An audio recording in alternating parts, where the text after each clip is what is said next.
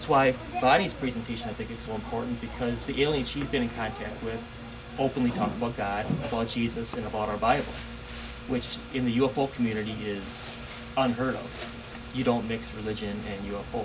You talk about one or the other. People might think you're nuts for one or the other reasons, but you don't talk about both of them. And that's why when I finally started to see what the message I was getting, I took another look at what these guys were doing and said, wow, they're not so nuts after all.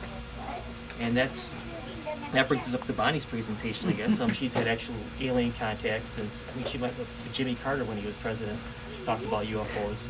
So she's been around a long time and has a lot more to talk about than I do. But that's how I got in contact with her, and that's how I got into the topic I write about.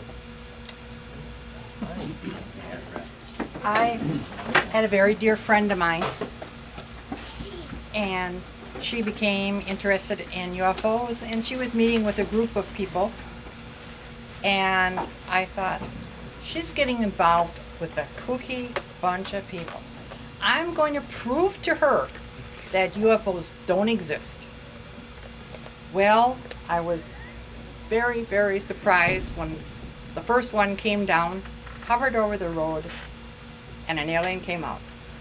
And then I knew that they exist. It's true. Aliens are here. They're visiting us. It'll slow down. They move very fast. This is the first UFO that I saw. It came in and hovered over the road. And I was camping the 4th of July weekend of our anniversary. And this is what the inside looked like. You can see that some of the panels there was colored on, and some of them were just plain white plastic that had designs on them. But the alien that came and hovered over the road, he came out of the center of the ship at the bottom. It was hovering above the road. Ladder came down. He came out and he went, no, I don't think so. I don't think so. And then I thought, well, here's an opportunity. Do I take it and learn the truth? Or do I say no? And I thought, you've been in this for 2 years. You've got to find the answer. So as soon as I thought that, I was inside the ship. And this is what it looked like. This is the top third. There was like windows, but I couldn't see out of them. There was a screen here, and this you could see what was outside the craft. At first I could see trees and the road, and then all of a sudden you could see that we were going up in the sky, and I could see stars.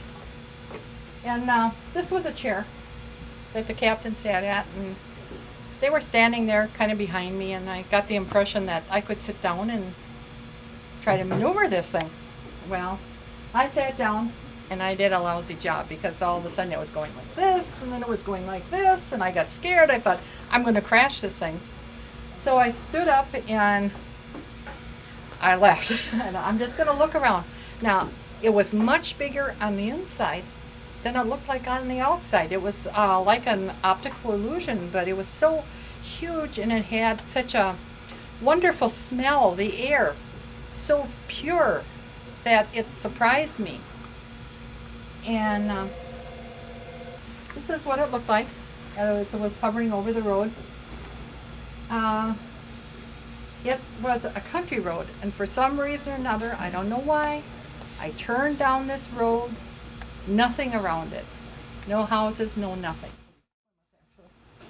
This is some of the things that I saw on the panels, and I got the impression that anyone who looked at these knew what they meant.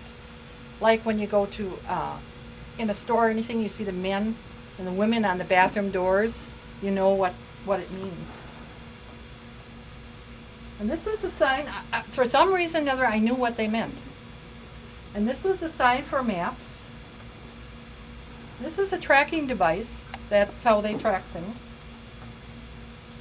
This meant precision, but I don't know what precision it meant. I don't know, that's just what I got from it. And this is a power source symbol. By the way, they don't use nuclear. This is a symbol for the planet Surak, which is one of the contacts that she comes from. And